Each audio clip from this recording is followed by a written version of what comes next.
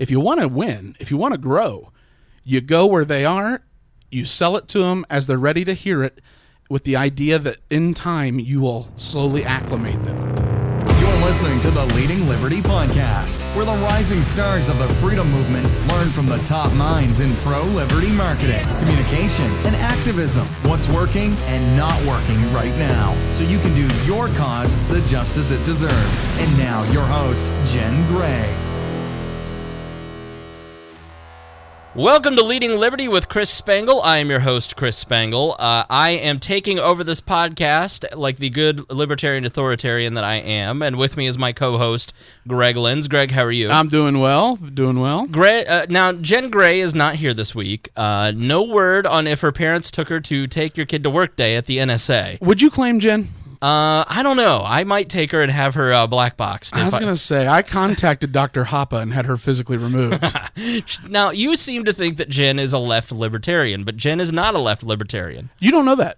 I mean, she worked at the Goldwater Institute and went to Hillsdale College. She tried to enroll me in a multi-level marketing crystal scheme.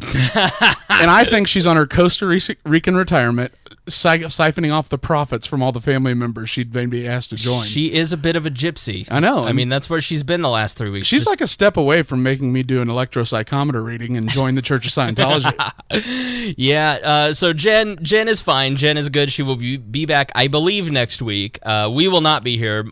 So if you have hated us, you're welcome. If you loved us, then please listen to us at wearelibertarians.com. We have a podcast where we break down current events from an atypical perspective. Think of it as, how would you describe it? Like Meet the Press and Howard Stern had a baby? Yeah, I would say that's a fair analogy. All right. Okay. Yeah, that's a really good comparison. You know, sort of National Review meets Howard Stern. Right. Mad Magazine. You know, like we're goofballs. We try not to take ourselves too seriously. But if you follow our Facebook, you think we're idiots. But then if you listen to the podcast, you're pleasantly surprised. Yeah, I mean, we even changed a mind of a hater. We had a longtime hater who he really didn't care for me, and he put up with you for diplomatic reasons. Exactly right. And he really did an about face after actually listening. Yeah, he wanted to come back on the show. So now I am the former executive director of the Libertarian Party of Indiana. I'm the former marketing director of the Advocates for Self-Government, or the Quiz People. I work for a nationally syndicated radio show now. I am a former reporter and talk radio show producer. I've done a lot in my 34 years. Master of the libertarian realm. The unchallenged master of the libertarian realm is quite possibly my greatest achievement. It really is. So it's funny because back when I was the executive director of the state party in Indiana, a city councilor in Indianapolis introduced me as the president of all libertarians.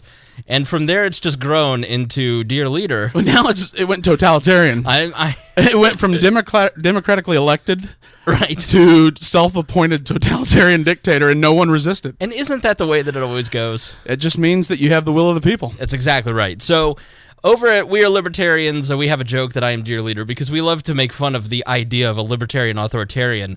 But we're going to talk about authoritarianism tonight, and we're going to talk about Hitler. We are. It is an unexpected, sort of paradoxical look at what lessons Hitler has for libertarians in order to help, build, unite, and create sustainable momentum for the liberty movement. Now, you found this book called Selling Hitler by Nicholas O'Shaughnessy. Yeah. And you really like it, and it's... I consider it my political Bible. Right, and you really liked it, and so when we were having Jen on, we didn't know Jen at all. Like, we barely knew Jen Gray. I still don't know her. Right.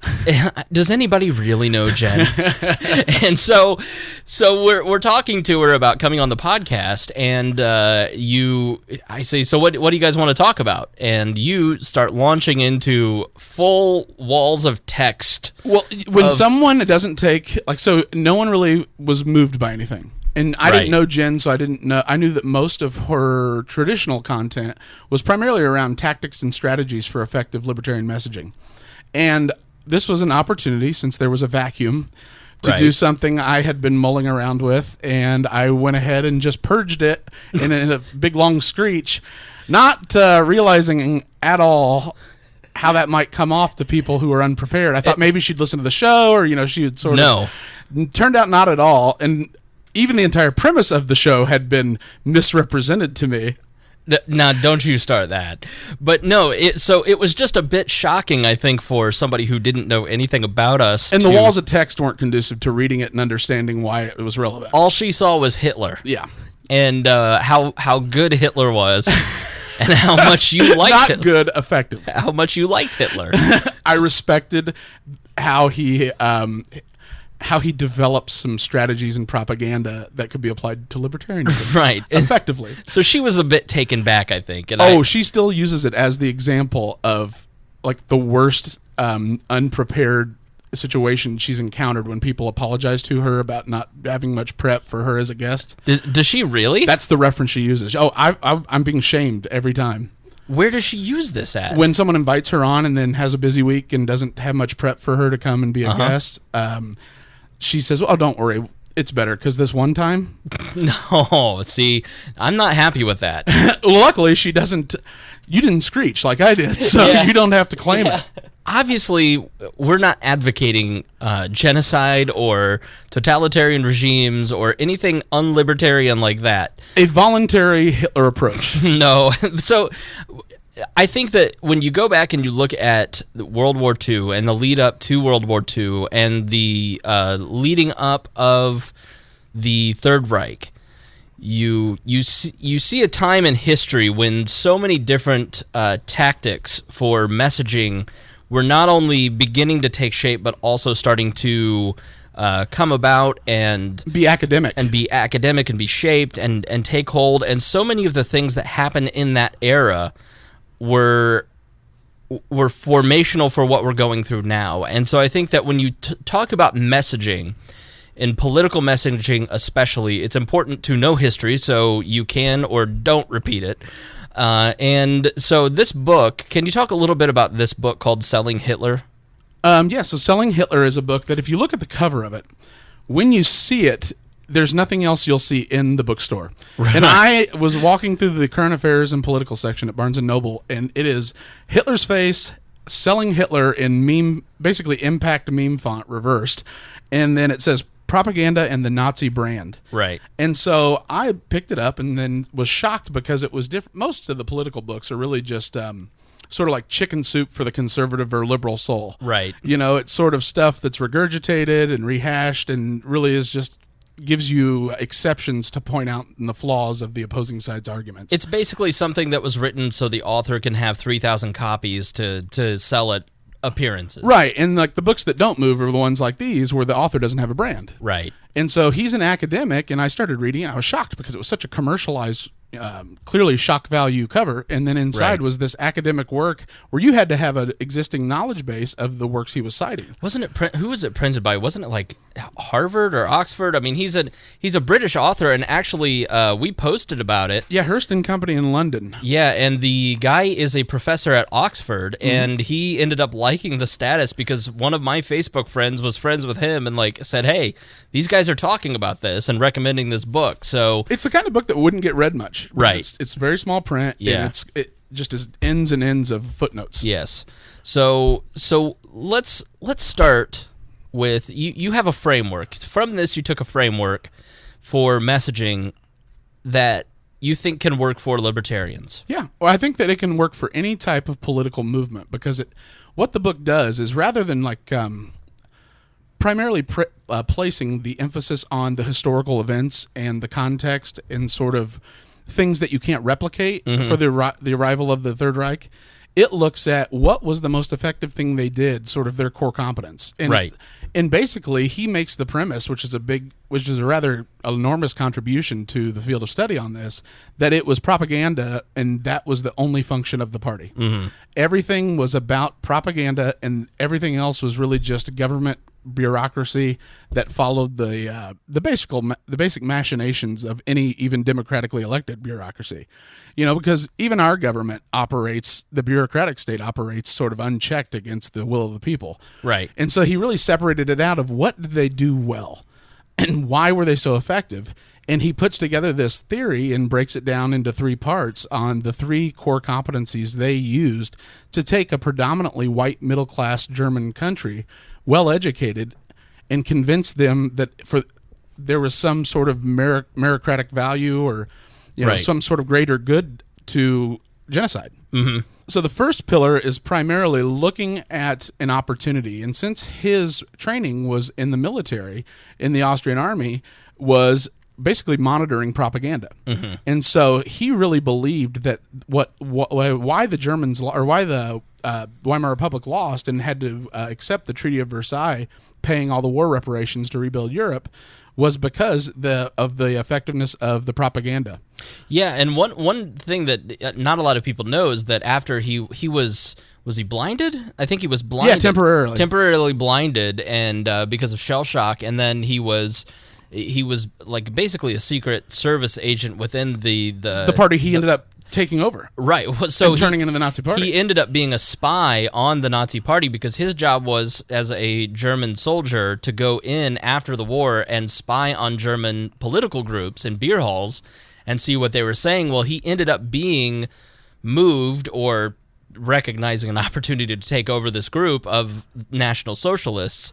And that's how he ended up getting involved in the party. And it was literally like a party of like 10 people, 13 people when he got involved. So, and by participating and having the opportunity to watch what moved these people and then recognize that he could hold together sort of antithetical caucuses or coalitions within Germany, in a downtrodden Germany looking for someone to blame. Right. Truth be told, he just put together a whole bunch of, it's not brilliant, but it's brilliant, but it's awful.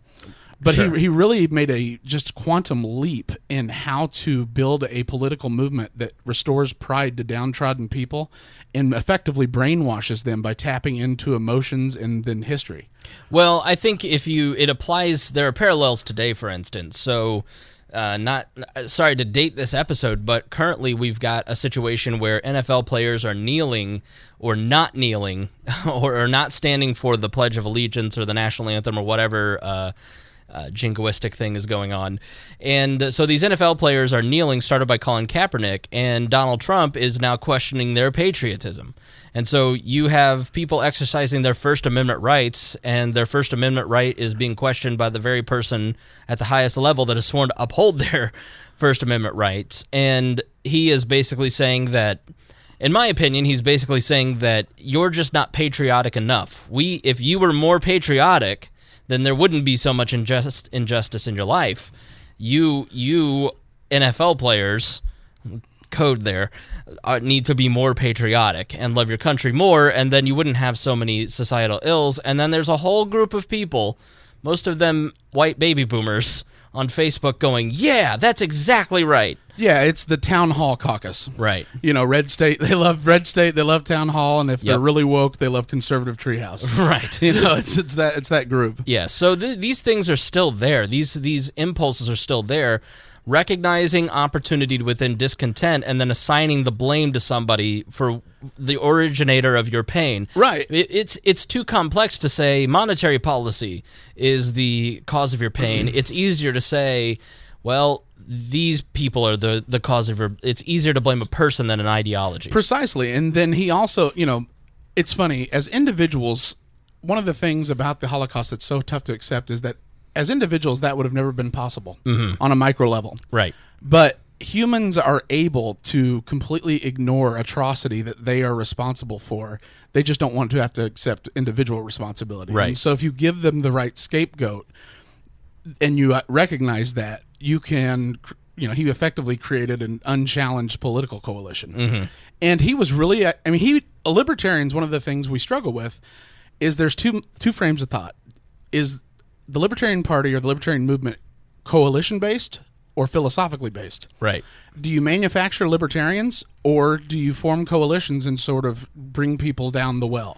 Well, essentially, to clarify that, you look at the Democrats, and they are coalition-based. After Barack Obama won the presidency, it was, well, he didn't have a Hispanic cabinet member, so he had to... Sotomayor. Sotomayor was a make-good to that coalition. And she was a twofer. Right. So, because... It is coalition-based. You have all kinds of people coming together, putting aside their internal squabbles to work for the good of common causes, with the expectation to get payoff. Which is the expansion of government and therefore the bribes that can be given to those coalitions. Now, the Republicans are were much more ideology-based, and it was a top-down, low government, low taxes. And really, it got radically changed with communism. The communist threat defined the modern Republican Party and the rise of neoconservatism. I would be shocked if the Libertarian Party could ever survive as a coalition party.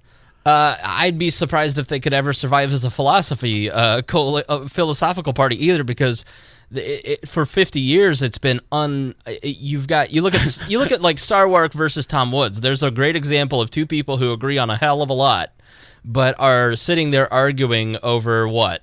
Who they have to hang out with at events. Right. Sarwark doesn't want to sit with the right-wing populists because he finds their guns and Bibles, they're bitter clingers. He'd rather sit at the coffee shop. And Tom Woods would rather sit with those bitter clingers rather than the neck-bearded, Cosmotarian. Jeffrey Tucker-tarians. Yeah, I shouldn't have brought this up because I don't know what it is about Sarwark that pushes your buttons, but I love it. No, it doesn't. He's an extremely competent chair. He's as competent operationally as anyone that's ever held the position. But that's a very clear example of how difficult it is for the Libertarians to hold a coalition. So it's purely they don't want to sit at the other table. Exactly right. Through association. Too much ego. Yeah. So if you have to... And that's where Hitler was effective, is he said, to hell with that. I'm going to speak to people in the language they're used to hearing it in. Right. And I'm going to speak to the unsaid emotions and the untapped emotions they haven't verbalized yet. Mm-hmm. They feel them, but they can't put it into words. They can't describe why they feel the way they feel. Right. And that is what a leader that is transformative does. He taps into the emotion that is universally felt, which is what Trump did in activating the white identity. Mm-hmm. It's not that it's the worry of cultural decay so much as it is most of America had no idea that there was a white identity that was dormant. Sure. And once it got a little threatened, Trump came around and said, oh, maybe I like this a little bit. And it's why he, as president, is so quick to go after NFL players, but not, these Charlottesville guys, they're all right. I mean, some of them are good guys. The alt-left is just as bad. Right, yeah. Like, he's currying favor with his base, and he's trying to be that transformative And the reason that we, as Americans, react so strongly to it, and I think as libertarians react so strongly to it, is that it does reek of authoritarianism. It absolutely is. He reeks of Hitler and if you look at Kim Jong-un. Hitler was the first modern political candidate. Hitler over Germany was not a phrase that was about the Führer, the totalitarian. It was he ran the first air-based campaign, flying all over into hangars and holding rallies, giving 2-hour diatribes that were closer to like speaking in tongues, and just in creating fervor. And when you listen to people that were early on followers in the beer halls, they said, I knew he owned me the second he started speaking, and I would start weeping for no reason because he just spoke. It hit me on an innate level. Goebbels said that in his diaries. He wrote leading up to Hitler, how much he didn't like his country, how much he was just stewing in this desire to help, but he didn't know how to deal with it. And then when he heard Hitler speak, he wrote in his diary that he had found a cause to devote himself fully to. It gave him purpose while he was sort of he spent a lot of time contemplating all these ideas while he was sort of drifting the bohemian lifestyle early on as a youth before getting into the army. And he had always felt like there's the phrase is the stab in the back, and that they could have beat their opponent in World War I if the global financiers hadn't cut off the funds and hadn't brokered a deal. They felt like the rug was pulled out from under them before they got the chance to really. They were still down to fight, right? And so he never forgave them. And so what he did is he thought about a lot about that, and he thought about who was primarily responsible for it, and it was essentially global bankers. Right. Early global bankers, the House of Rothschild. And, Right. what he referred to as urbanites, Yeah. city dwellers. A lot of these people say the same things as a lot of those libertarians on the right that, like, I just remember, like, really getting into, because I'm fascinated by the topic of how does a rational people commit so many atrocities. Right. And then when you listen to the language that he was using, I was like, oh man, this kind of sounds a lot like these libertarians over here. Like, and they're blaming the bankers. And this is his playbook. Right. I believe 100% that Steve Bannon outlined this, and they copied it almost to an exact T, but with some modifications for modern society. Right. Because Hitler also was the first radio candidate. Right. Trump's the first totally TV candidate. Social media candidate. Exactly. I mean, direct access. And so, that's the reason Hitler was the first modern political candidate. Is just all new. It used to be you had to get newspaper op-eds and really rely on ground-based, party-based coalitions to get turnout. Taking new technology and applying it for your means. Exactly, and that's the the tectonic shift of new politics is the way Trump has done it, being a direct access political candidate, which mirrored much of this similar change for Hitler when he rose. And so what Hitler was really good at, though, is he united a Bavarian identity the way in the United States Trump did a white identity. So he did that with the author's premise is that you use a creation myth that refers to the pride of the Teutonic pride, that they see themselves as one against an enemy in a greater superior, basically racial superiority and historical superiority.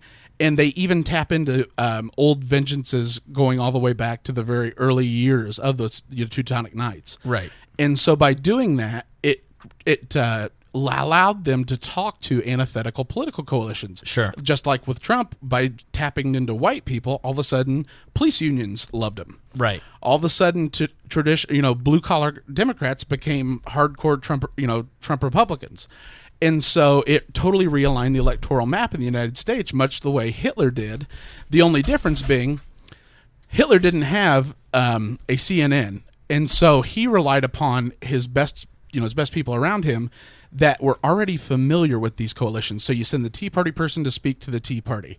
You send the economic conservatives to speak to the economic conservatives, and you tell them this new sort of activation by tapping into history and a creation myth, but then also in the language they're ready to hear it from. And that's where libertarians struggle. Mm-hmm. We demand you read Rothbard before we're even going to talk to you about what you care about. Right. And that's where we really, I think the whole movement really needs to get better at it. It doesn't matter whether Sarwark or Tom Woods are right, whether Jeffrey Tucker or Tom Woods or Lou Rockwell are right. If you want to win, if you want to grow, you go where they are, you sell it to them as they're ready to hear it, with the idea that in time you will slowly acclimate them. Well, I think so. If you look at these three steps: recognizing opportunity within discontent, seizing an imperfect opportunity to shape a movement, mm-hmm. and accepting imperfection, and then the shaping process in number 3, mm-hmm. Libertarians are very familiar with why they are miserable. The Federal Reserve, fractional reserve banking. Not just that. I think every libertarian has their own pet project. I mean, for me, I'm very anti-war. I'm very anti-police state. I don't think that is the case for every libertarian. They're pro-pot, or they're anti-drug war, or they're anti-this, anti-that. There's a lot of different reasons that people get attracted to the libertarian movement, and they take these various offshoots of government overreach. And we never really fit that into a cohesive... We fit that into a cohesive bitch session, but we never really fit that into a cohesive solution. And here's how we can fix this problem. And the truth is, you just should ignore it entirely, because whoever's right it's irrelevant. Right. It's about effectiveness only. Explain that. Because everyone, the Radical Caucus, the Tom Woods people, the right libertarians, mm-hmm. and then the more, the ISFL libertarians, the cosmotarians, like the Reason people. Exactly. Right. The Matt Welch types who are, just they can't stand the lasting vestiges of like right wing popularism, right. and Ron Paul newsletters. And so rather than bickering about which style is right going forward. Accept it all. Don't sit next to it. Take a voluntary approach, but still go and still go and participate. And then just let that coalition speak to the people they can get. And let them do it in the most effective way possible. And don't try to control how they do it and worry about you having to claim them. And that's what... But we haven't... The Liberty Movement hasn't found the one theme that transcends all those the way that Hitler was able to with economic discontent. Well, so essentially, once you identify that discontent, then find strategic allies to go within each movement to go and speak to people in the way they're used to hearing it. But how do you know what is the right discontent to hit on? And for me, in my opinion, in like the Liberty Movement as a whole, we're so well situated. Americans love to talk about their founding fathers. And, yes. And this limited government. The first time we threw off our colonial masters and created the dream of justice, and it's a small government history. Well, to me, and I'm glad we're on the same page, because I was going to say that for the creation myth, for libertarians, it is that we as libertarians are the natural heirs to the founding father generation, and with new technologies, we have the ability to reshape society in the way and that our founding fathers imagined. And they explicitly believe the responsibility. Right. When a series of injustices are too much to take, you have the, not just the right, but the responsibility to put on new ones. Exactly right. And so that's why everyone hates me, but I love the idea of using nationalism to sell libertarianism on a grand scale. Not at the Libertarian Convention, but in a campaign. So here's where I have to go back at you on that, because nationalism, so you go back to the Trump example. Trump is using nationalism and patriotism. Ethno-nationalism. But Trump is using the flag and the anthem specifically to change the conversation from a very legitimate concern from a half-white, half-black American saying that even though I am half in your camp, I am still half in the other camp, and I could be killed at a police stop.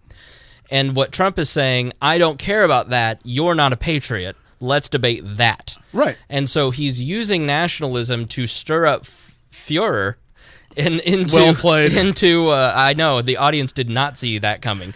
And frankly, I'm offended. And so nationalism, if you look at the run-up to the Iraq War, nationalism was used to move us into a war, questioning someone's patriotism. So nationalism is often used for anti-liberty purposes. And that's why it's time we take it back. Okay. To me, it's the most effective tool you can have is tapping into the identity, the cultural tribal identity, and we get the benefit of the doubt. Mm-hmm. The nostalgic parts, the restoration, returning to what we like. There's the baby boomer on Social Security and Medicare talking about at the Tea Party rally. Right. So what you're saying basically is, what is patriotic about John McCain? What is patriotic about Nancy Pelosi? What is patriotic about Mitch McConnell? Rand Paul is the patriot. Yes, only. Rand Paul is the person standing up there saying, I'm going to fix healthcare, and I'm not going to add $1 trillion to our debt to do it. Exactly. That's what I'm saying. Gary Johnson's the only patriot. He's endorsed by the ACLU, an organization that exists specifically to protect the Bill of Rights. Right. That's the only patriot I see. That kind of verbiage. He's tapping into the human struggle for liberty is so intense, and if you study history, it is just one giant fight between, the totalitarian overlords and human liberty. And the torch is carried by modern libertarians. If you look at... They're the only ones doing it. If you look at North Korea, the people who are fighting for their freedom right now are libertarians trying to throw off the despotic regime of people who try to steal every ounce of their natural liberty. And we are going to fight for a free North Korea by using economics to solve that problem. We are going to instill the values of freedom in that country, not through bombs, but by trading with them economically. Hell, and that's how we will export freedom. We could go put naval carriers right around surround it, and then offer guarded boats for anyone wants to defect. But that would be But what I just said, is that an example perfect. Of libertarian? You're nailing it. And right. that's what I've felt for so long, because there aren't a whole lot of effective tools, really, in politics. Right. And from all I've seen, the libertarian movement cares so much more about their version being the correct version and the one followed. The second that it isn't or it's challenged, they break rank. Right. which is why you have to have some coalition elements to it and transactional elements to it. But it has to be around some sort of general theme that people are proud of. Mm-hmm. And it's not that I care about ethno-nationalism or I think that's the best libertarianism. It works. Sure. I don't give a crap about anything else because all I care about is getting to the destination. Which is getting, and I'll use any tool I have to get there. Which is getting elected, which is winning your cause. Yep. And that's winning your race, which is winning whatever your ballot initiative. And if you want to be an agorist and you want to use, counter economics, that's awesome. Just don't shame people that are taking a different strategy to get there. Everybody in the same camp, don't undermine each other. Don't go around and demand that it be this blend of libertarianism. Be thankful they can go speak to people that when you go talk about Austrian economics, their eyes glaze over and think you're an idiot. Right. Well, I think the other part of it is that technique of saying this is how we can use patriotism to free other countries. This is how we can support the patriotic Rand Paul over the anti-American Lindsey Graham. Yep, exactly. For instance, is we as libertarians spend so much time as reactionaries fighting against, I am a patriot, this is what I believe, blah, blah, blah. And when you're explaining in politics, you're losing.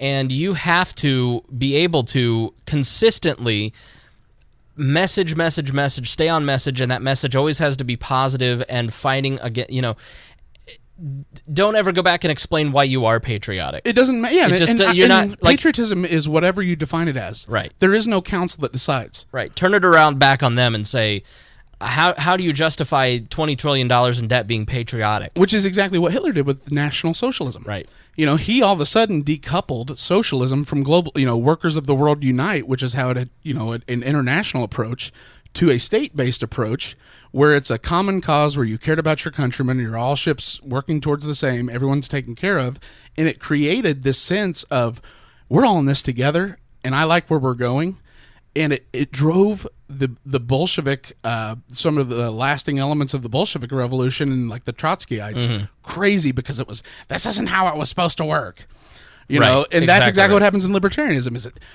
We can't go for the alt-right, the right-wing populists because everybody thinks they're racists.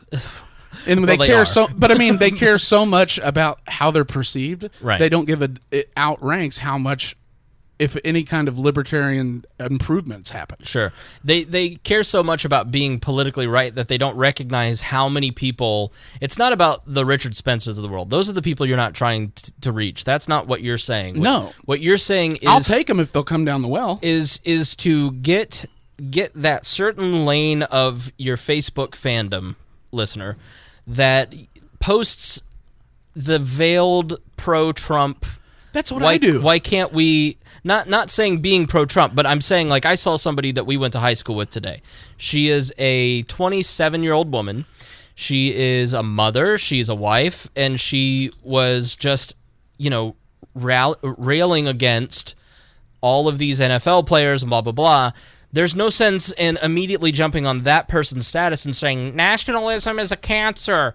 It's give an answer that will fulfill that need in a way that they are persuaded by, not telling them why they're wrong. And that's a very tough thing. That's a very tough needle to thread. You have to be able to suspend your own ego. Yes. And I think that's the biggest part that libertarians struggle with, because we, as we talked about in the last 2 episodes, we don't often think about the message and how it's being received. We are thinking about the message and how it's being presented. It's a martyrdom movement. As opposed to realizing that the listener is very selfish and they only care what they're getting out of it. And if they're getting nothing out of it because you are just you're just masturbating words all over the place, talking about how, this... I've got an audience, they're captive, and I'm going to abuse it. I know that this person showed a mild interest in my economic policy roughly 10 minutes ago, but I'm just going to keep going, even though they've clearly gazed out and they're looking on their phone. I'm going to keep talking about praxeology and the history of the Austrian economic movement.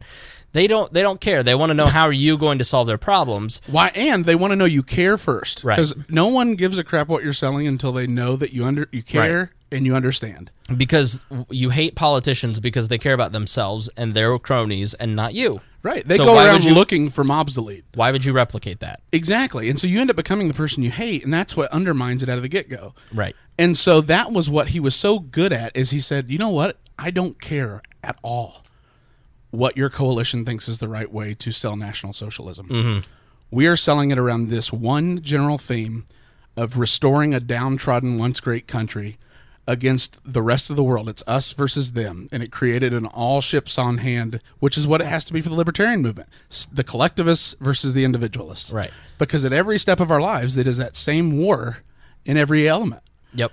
And that's why the United States, that's why libertarianism is actually strong here, comparatively. Mm-hmm. Because it was founded as a small government revolution. Yep.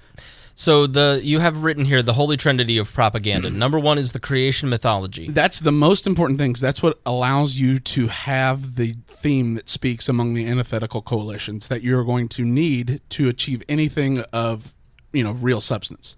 That's why Rand Paul is sort of he's more relevant than his father, but he's still flirting with martyrdom like his dad did, because he just doesn't have a big enough coalition to let him be the Lindsey Graham or the John McCain, the philosophical and legislative leader of the party. He's standing alone on principle and thinks that's worthy. Ted Cruz is a great example of somebody who stands alone on principle, and people admire that, but he doesn't get anything done. That's great. Yeah, that's what I mean. That's why I think it's a martyrdom movement for the most part. Right. And you don't want to abandon principle.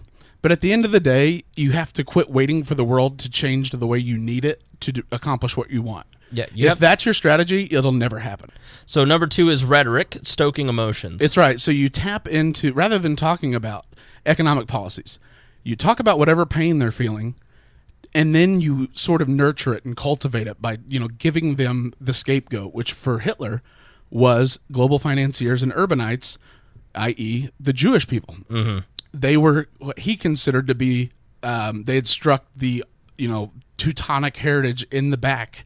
And that's why he felt that it was fine to treat them as he did.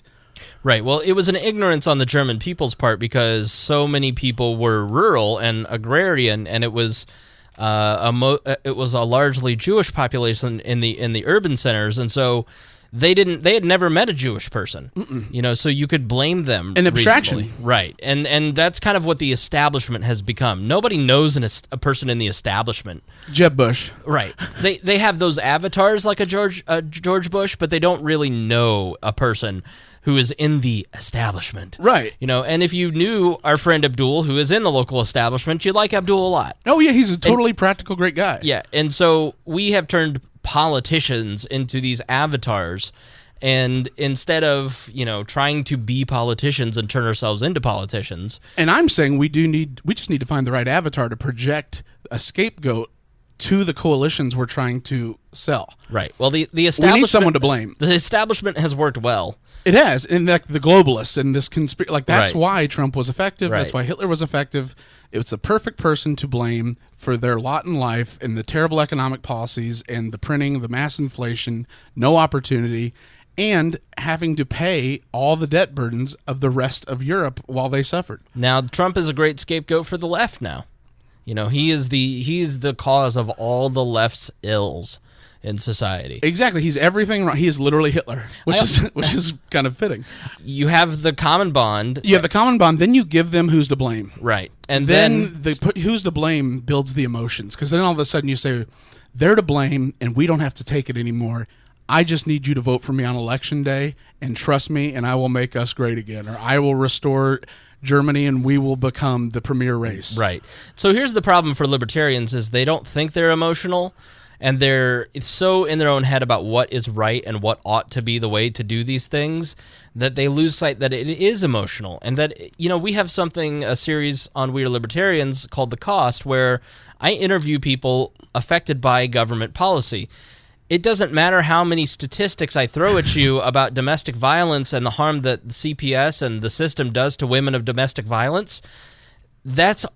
None of that works. But if I can sit you down and you listen to a 3-hour podcast with someone who has been a victim of domestic violence, By the end of it, you are ready to storm the Indianapolis City County Council building because 100 people did nothing to help this person. It's our version of a Willie Horton ad. Right. You know, where it's the stats may not even remotely be on your side, but you find the right human interest story and you're gold. Because we are trying to show these government policies actually affect people.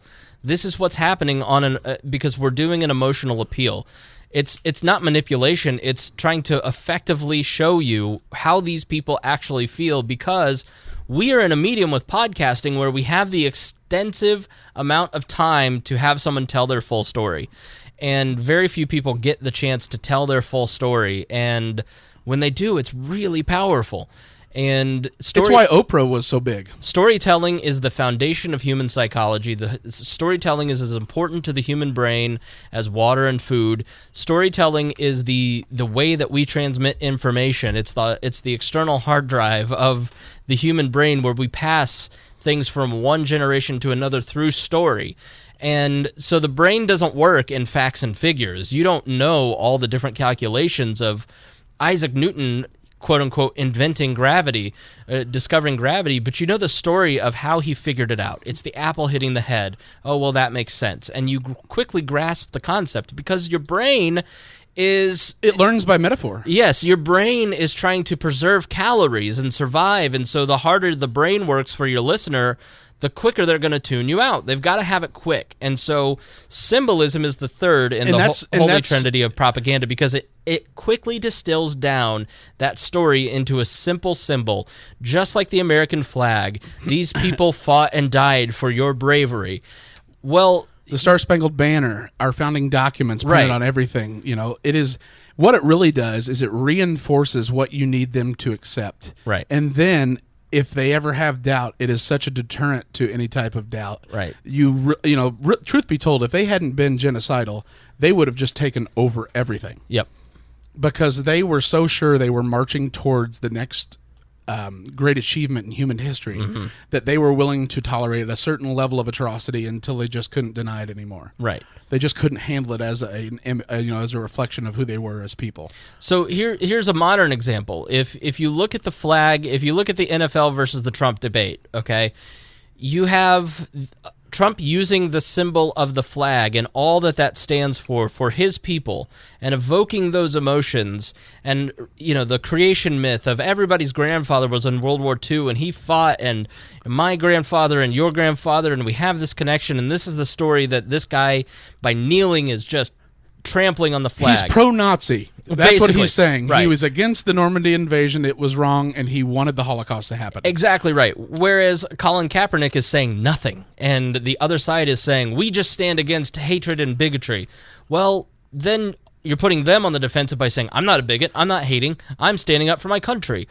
Instead of saying, no, we're standing up for the First Amendment right. We are kneeling because the country, because we believe in the flag too. I am not sitting, I am kneeling in front of the flag because I want to make a political statement that is guaranteed by the First Amendment, that is part of that symbolism of that flag. And the American flag to me means that it was a promise to my ancestors as a black man in America that justice will be done, and that you, Mr. President, have sworn an oath on a Bible in front of that flag to adjudicate when my people are violently gunned down in the streets. A series of aggressions. And so if you believe in that flag, Mr. President, then you will fulfill your First Amendment duties and help fight with me to stop this atrocity from happening all over America.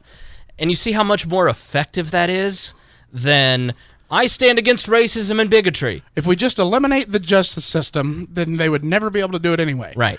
I am taking you on that journey, telling you, now I am a white man, but I'm saying that if I were in his shoes, I would say, that's how you do it. As a black man, this country has made me promises, and it is your job, Mr. President, to keep those promises and to continue to move society forward to a more equitable society. Now, what are you going to do to help me? Yep. And you end with that call to action and join with me to solve this problem. And that's where I would say that that's what we don't do is, and I'm a big proponent, so the things that everyone hates, I love. So I love false binaries. Right. You just got to use them the where it's beneficial to your side. Right. That's why as a libertarian, for me, like with the drug war, it's like they're criminals. But if I'm talking to like a Tea Party rally, right, they're a bunch of criminals, but damn, I'm tired of paying for it, aren't you? Mm-hmm.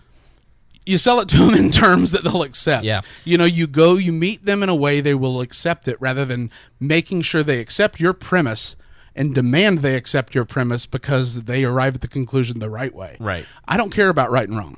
I know that's horrible, but politics isn't about right and wrong. It's about what wins and what doesn't. Right. So like the drug war, there's two very there's a clear example. Okay, the New York Times this past Sunday had an article about Portugal, and Portugal completely changed their system and started treating it like a mental illness as opposed to a war, and they have seen astronomical improvements in drug use in that country, and an astronomical drop in AIDS, and it's just been a terrific revolution. Really, it's been a revolution for that country. And yes, you got facts and figures in that New York Times article, but you also heard from Mario or whoever the guy was, who told his story and the journey that he went through as a Portugal man who, compared how much this and that worked and how this in America didn't work this way, and here I've gotten help and blah, blah, blah. He told a story. And so often libertarians will say, well, see, listen, AIDS dropped by 500% in Portugal from 2004 to 2017, never realizing that the person listening to them does not give a crap. They don't care what you're saying. They're immediately talking about how you probably heard that from CNN. Right. What they care about is that their cousin or their friend is on opioids and they're going to die, and how are you going to help fix it? Mm-hmm. And the way that you tap into that is, listen, I have a podcast. I have a very successful podcast. I'm speaking to you, Greg, as a constituent, and I had a co-host named James, and James was a very important friend. He contributed a lot to my podcast, but James loved to get crunk on purple, and he would go out every weekend and do so much dank kush and drink so much purple that his life spiraled out of control. Now, this is all made up, but James really does do purple a lot, which is a lot of cough syrup. And James was just out on the streets, and James ended up in a bad place, and James ended up passing away. And so I wake up every day dedicating my life to James's memory. And I know that if I could go back in time, what I would do is I would go to this person and have this solution, and I would have this congressman work on this bill, and these are the steps that I would use to eliminate opioid addiction. You see how in stats and figures you're not really reaching that person, but when I start talking about my friend James and then lead you into the stats and figures and solutions, you're much more invested in me winning, and as a result, you winning, because through the telling of that story, I am tapping into the emotions that I felt around my friend James, and they as a human being are empathizing with every one of those same emotions. They understand that you care because you're suffering the same pain. Exactly right. And then they go, how can we fix this? Let's work together. And that's where I would say, I don't even know that I'd tell them a similar story. I would just ask them, well, how would you handle it? What do you want to do to help? Sure. If you vote for me on election day, I will have you in. And when we undertake this legislative agenda, I will give you prime input so that we can make sure your brother isn't harmed by the system anymore. Right. And you turn it on him. And that's sort of what Hitler did. And that's why he was effective, is that it didn't matter what he believed. The man was a mirror. Whatever he needed you to believe, he just listened and then became a advocate for that. A raving, proud, ranting advocate that a savior you'd never knew existed. He became whatever you needed him to be. Right. Now you're tiptoeing away from philosophy there, so that's why I don't think a lot of libertarians will accept what you're saying. And that's why they hate me. Because I don't care. I'm amoral on politics and messaging. Right. I just don't give a crap because I'm tired of losing. Right. Yeah, you are very firm in your libertarian beliefs, but when it comes to actually winning elections, I can separate the two. That's my ego. It doesn't matter to me that my brand of libertarianism wins. Right. It doesn't matter to me that they can relate to me. I just want their vote, and that's it. And it's transactional, and I want to make sure that then I create an environment that is reinforced through symbolism, that makes them proud, that makes them accept what I tell them after I've demonstrated I care by listening to them and only them and not telling them what I think. Right. That in time, I am such a trusted confidant, I could walk out, to quote the president, I could walk out into Madison Avenue and shoot somebody. Right. That's the kind of loyalty you're looking for. Right. And people hate this because it can be so easily distorted for terrible atrocity. Right. Which we've already seen. But libertarianism, the way we're doing it, isn't working. Yes. The only reason it's rising is because the surveillance state and so many the bureaucratic state and globalism is so intertwined. We've reached a point where that is the only glimmer of resistance. I mean, Julian Assange said it best, that the Liberty Caucus is the only hope he has for affecting political change against the deep state. I guess the way to put it is they're doing everything right, and we're doing absolutely nothing to help libertarianism grow. Even though we think we are. Right. We just have not been able to swallow our own pride. Mm-hmm. And because we want the world to be the right way. Right. Rather than accepting it as it is and using it, even though we have a strategic advantage in the founding of the country to tap into that will activate an American national identity that most tend to believe it is a small government mentality. It's not libertarian, but it's way the hell smaller government than basically any other structure that's been set up. Sure. I mean, parliamentary, constitutional, republic-wise, it is the gold standard. Right. And so that is something that's to our advantage, and yet if I were to say that, I would be attacked for accepting government by people who I share the exact same belief system with. It is trying to be a part of the problem as a nationalist scumbag.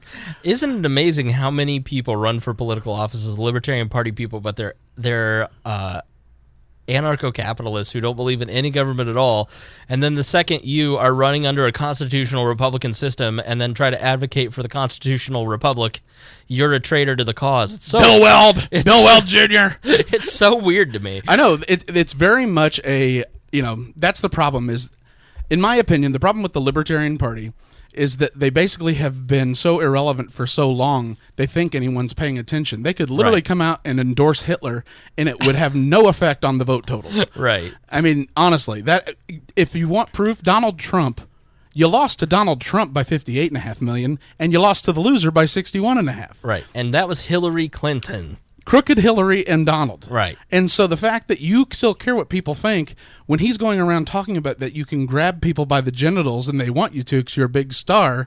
And they let you do it. And you're deathly afraid of Bill Weld thinking anyone cares that he was a Republican. Right. You're moronic. Yeah.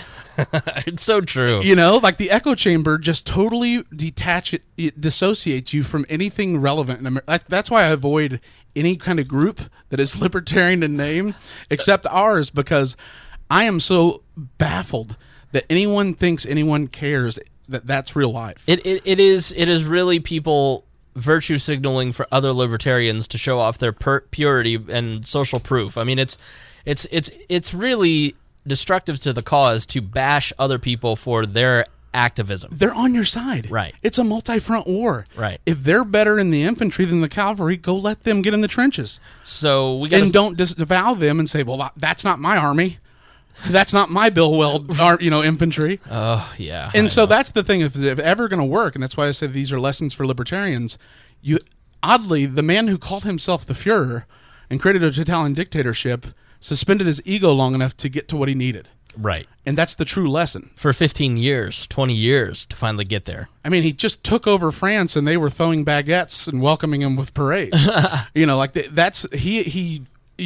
was a student of Nietzsche, and that he was the Übermensch and that there was no morality, just great achievements. And that's what he, sort of viewed himself as. But we're bound by principle. So we can be willing to go down these rabbit holes and dabble with things that make us uncomfortable. Because at the end of the day, there's no, even though you're dear leader, a totalitarian, unchallenged master of the libertarian realm, I know you're not going to start a left libertarian genocide. Right. There's no threat that if you achieve a totalitarian dictatorship, a Spangle Reich, there is absolutely no threat of anything being worse. I don't know. I think we'd be better off without baby boomers, to be honest with you. Well, prima nocta. Right. Luckily, baby boomers with aging, it handles itself. Yes. They self-deport. All right. Final thoughts as we start to wrap up this episode. Yeah, and I know this is going to be just so... You're either going to just love it and think, I need to spend some time, putting this into working. Or this is so many libertarians. This is such everything they hate. They will never allow it to be how they do it. Yeah. They very much believe that it's a church and they are the way, the path, the light, and anyone who doesn't get baptized in that parish isn't going to Liberty Heaven. Yeah. And so that's fine because I don't care. You're going to convince people the way that you know how better than I ever will. Mm-hmm. And I'll never disavow you. You're not my enemy. Not yet. When we have to debate minarchism, anarchism, maybe we'll be enemies and we'll be on opposing sides. But for now, we're not even close. Right. So let's just go ahead and if you hate me, ignore me. But don't go around telling people I'm not a libertarian. Right. Otherwise, you just create a vengeance, and it becomes about imparting my view of libertarianism over you and then publicly shaping you on how you're constantly wrong. And he's better at memes than you. I'm the unchallenged master of the libertarian meme realm. Yeah, I think that I would add to this for my final thought. Is there anything else that you wanted to say? No, I'd say, we need to have a serious conversation with the movement as a whole about we need to define our mythology, our creation myth. We need to change our rhetoric and take our ego out of it, and only seek to speak to what other people are ailing, because that's why Ron Paul's Iowa support didn't go to Rand and it went to Trump, because the number one reason in exit polling was the outsider. Had nothing to do with libertarianism. Right. Which is fine, though, because that means Rand could have kept him if he had ranted and railed about the globalists. Yeah. Rather than trying to be, a kind of compassionate conservative. And so that's what libertarians have to remember, is that use what works and stop worrying about it.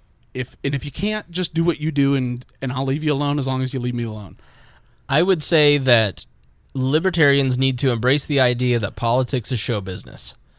And we do this very poorly because we are so very careful, because we have been lied and hurt. We've been hurt by the other political parties, and so we want to be better as Libertarian Party people, or libertarians who are outside of politics, that we're going to do things differently. And so we are very strict about how and what we say.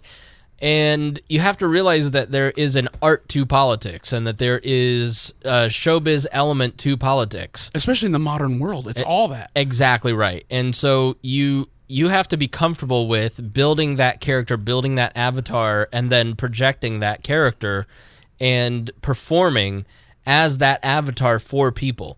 Do I think that Donald Trump is the person that he's portraying on Twitter? Absolutely. There is absolutely part of Donald Trump that is that person. But that is not all of Donald Trump's identity. There's much to the man that I'm sure if you were to meet him, he's very warm. He's probably very charitable. He's very loving to his family. Like, his kids seem great. They really are impressive kids. Ivanka's impressive. So he can't be all that bad, but he plays a character to get a desired effect. And so you have to begin with the end in mind and start putting that character together and then working your way back and projecting that. You reverse engineer what your result. Exactly right. And we can't afford conditions on how we do it. Right. I only want to win if it's on, voluntary interaction. Yes. And until there are private courts, I want no part of the political process. Okay. That's why I call them Liberty LARPers and, Peter Pan and the Lost Liberty Boys, waiting for this never land that doesn't arrive. Right. It's just head in the sand, utopianism. So it is really about, and I'm not saying that you lie. I'm saying that never let the facts get in the way of a good story is what I'm saying. But you still have to be authentic. You still have to project real parts of your personality. You just have to make sure that you are very careful about your image and what you're putting out there. See, I don't even think you have to be, because the attention spans aren't long enough in our society. Right. So narcissistic. Everybody's so busy thinking about what everyone else is thinking about them, they don't have the memory committed to even remember that you used to be the Reform Party candidate, or that you were on The Apprentice, or that any of the Donald Trump. The world is so narcissistic, you don't have to worry about how you're perceived. You get a redo because no one paid attention last time. Yep. Unless you move the needle. All right, thanks so much for joining us here on this episode of Leading Liberty with Jen Gray. We are so thankful to Jen for letting us host, and surprised when Jen said go ahead and do the episode on Hitler. I was surprised. Yeah, but I mean, it's definitely clickbait podcast title, if you will, but I think that it isn't we're not saying that it needs to be top-down, centrally planned freedom. Right. We're saying these are some effective techniques, and let's talk about ways to implement them. Exactly. So thanks for joining us here on this episode of Leading Liberty. Make sure that you check us out on wearelibertarians.com. And we are so glad that Jen will be your next host. We loved getting to do this, but we know that this is her home. And she is tired of us sitting in her living room. So we will see you on wearelibertarians.com, and thanks for listening. Hey, did you like this episode? Be sure to subscribe, rate, and review. Learn more about how to market pro-liberty causes and campaigns over at jengray.com, and I'll see you on the inside.